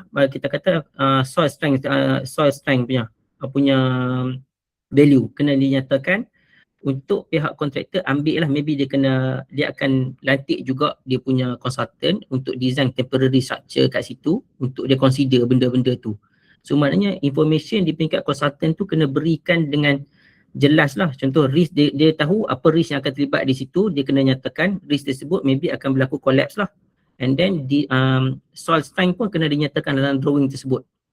Maknanya kalau soil strength itu berapa contohlah kata 100 apakah kena letakkan kat situ, and then untuk kontraktor take note on that, and then untuk dia design by dia punya consultant untuk dia prepare temporary structure tersebut. Kalau you dah buat maklumat tersebut dinyatakan dalam drawing, you dah menjalankan kewajipan you as a consultant, you dah identify the risk, and then you pun bagi advisory note, you mengatakan kena design temporary structure based on BS 5975. Cukup. Sampai setakat tu je. Tak perlu kita nak keluarkan method macam mana nak buat, tak perlu. As long as you jot down dalam you punya construction drawing tersebut, you identify the risk, you bagi tahu kena follow apa standard untuk pihak kontraktor aware benda tu. Kadang-kadang dia dah lantik dia punya consultant dia pun tak dapat info yang mencukupi daripada lead designer lah kita kata. Macam tu. So kalau apa-apa berlaku di site, kalau temporary structure tu runtuh, itu adalah kewajipan pihak kontraktor lah. Kontraktor akan take the blame lah, ataupun dia punya consequences akan berlaku di pihak kontraktor. Tetapi kita akan tengok juga di peringkat consultant. Adakah consultant dah identify the risk dan the risk tersebut disampaikan kepada pihak kontraktor. Macam tu. Okey, faham. Terima kasih Tuan atas jawapan, dan mungkin dari saya ada satu soalan lah. Soalan ni sebenarnya orang kata berkait rapat dengan mungkin ada pelajar yang join juga webinar ni kan. Jadi kalau sebagai seorang pelajar lah civil engineering ataupun construction, dalam bidang construction yang nanti akan bekerja kan, pada pandangan Tuan atau nasihat lah, sejauh mana pengetahuan dan kompetensi dalam bidang occupational safety dan health ni boleh orang kata memberi tambah nilai lah, meningkatkan kebolehpasaran graduan tu sendiri, dan bagaimana dia punya peluang kerjaya dalam bidang construction ni lah. Macam Tuan sendiri pun asal daripada civil engineering kan. So bagaimana dia punya peluang kerjaya, career path dia, dan bagaimana dia punya potensi untuk mengembangkan kerjaya dalam bidang ni lah. Okey. So, saya sebagai bekas pelajar awam lah kita kata, and then dari sudut perspektif student ni, Kalau boleh dulu of course lah, dulu pun saya sebelum saya terlibat dengan safety and health ni pun saya ni minded sebagai as a civil engineer lah. So kita punya minded ni dulu kita nak kerja progress je kalau kita nak buat sesuatu projek ni. So maknanya apa ni OSH ni ataupun occupational safety and health ni kita tinggal ke belakang lah, kita bagi kerja tu kepada SHO, safety and health officer, kita bagi kepada triple S, and then kita bagi kepada safety personnel lah. Tu dia orang fikir lah macam mana dia orang nak settle kan. Itu dulu saya punya pandangan lah. Sebelum selepas saya join DOS ni saya tengok okay, sebenarnya safety and health ni dengan engineering ni dia sebenarnya kita boleh merge sekali lah, kita kata. Sebenarnya kebanyakan kerja-kerja pun dijalankan oleh civil engineer. Kalau civil engineer ni pun kalau kita nak buat sesuatu kerja tu bukannya kita nak buat ikut progress sahaja. Maknanya kita kena fikir juga berkenaan dengan safety and health juga untuk keselamatan orang awam, kestabilan struktur. Dia sebenarnya secara tak langsung dia melibatkan elemen safety and health tu dalam kerja kita. So maknanya kalau boleh bila para student ni yang mana join apa-apa construction company ataupun consultant, kalau boleh safety and health ni you kena ambil tahu. Sebab dalam kita punya kerja pun, kita punya apa ni, bila kita nak design sesuatu benda kita kena fikir macam saya cakap tadi lah, berkaitan dengan keselamatan awam, keselamatan struktur, adakah ini risk ini terlibat mendatangkan bahaya kepada pekerja. So maknanya kalau kita tengok sekarang ni CDM ni adalah satu peraturan yang baru. So kalau dia sekarang ni pihak DOS pun ada perkenalkanlah satu kos berkaitan dengan CDM professional. So saya rasa itu adalah satu peluang yang baik lah kepada pihak student jika dah keluar nanti, masuk dulu kerja dalam industri, dapatkan skill, macam saya katalah SCAT tadi tu, skill, knowledge, experience and a proper training. Lepas tu you boleh ambil lah khusus berkaitan dengan CDM professional tu untuk faham dengan lebih mendalam apa itu CDM yang regulation. So itu adalah satu nilai tambah baik lah. Maybe in future, maybe tak tahulah, maybe DOS akan kata every project kena ada CDM professional. Kita kata itu adalah satu future prospect lah. Maknanya kalau you all ambil grab daripada awal, lepas tu maybe lambatkan CDM professional ni akan di-hire lah. Lagi satu peluang pekerjaan, kalau you dah involved dalam construction, you involved dalam safety, maybe you boleh jadi juga sebagai project manager, safety manager tetapi dalam bidang construction. Macam itulah. Okey, baik Tuan, terima kasih. Jadi mungkin ada apa-apa soalan lagi daripada peserta? Ada? Okay, kalau tak ada soalan, saya ucapkan terima kasih. Mungkin kita, saya mohon kepada semua peserta untuk on kamera sekejap so that kita boleh ambil orang kata sesi bergambar untuk rekod dan kenang-kenangan lah.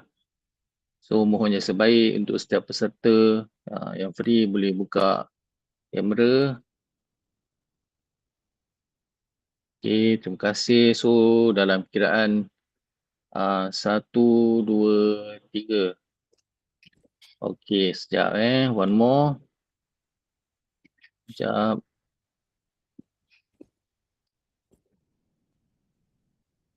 Okay, sekali lagi. 1, 2, 3. Okay, terima kasih semua. Sekejap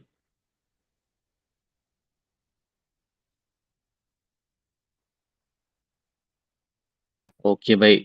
Jadi saya rasa untuk setakat ini, terima kasih sekali lagi saya ucapkan kepada RTS Muhammad Ashraf bin Zailuddin. So kita sangat berbesar hatilah hari ini kita dapat orang kata mendengar sesi perkongsian daripada kita punya speaker. Sekali lagi terima kasih. Dan untuk orang kata mengakhiri, saya mengucapkan terima kasih kepada semua yang dah join webinar untuk hari ini. Jangan lupa isi untuk attendance link yang telah diberikan untuk e-certificate. So kita harap webinar ni dapat memberikan manfaat kepada semualah. Jadi jumpa lagi pada next webinar yang kita akan iklankan. Juga mohon untuk ikuti kita punya perkembangan di FKTA social media pages seperti Facebook, Instagram dan TikTok. Jadi selamat, terima kasih semuanya. Assalamualaikum warahmatullahi wabarakatuh.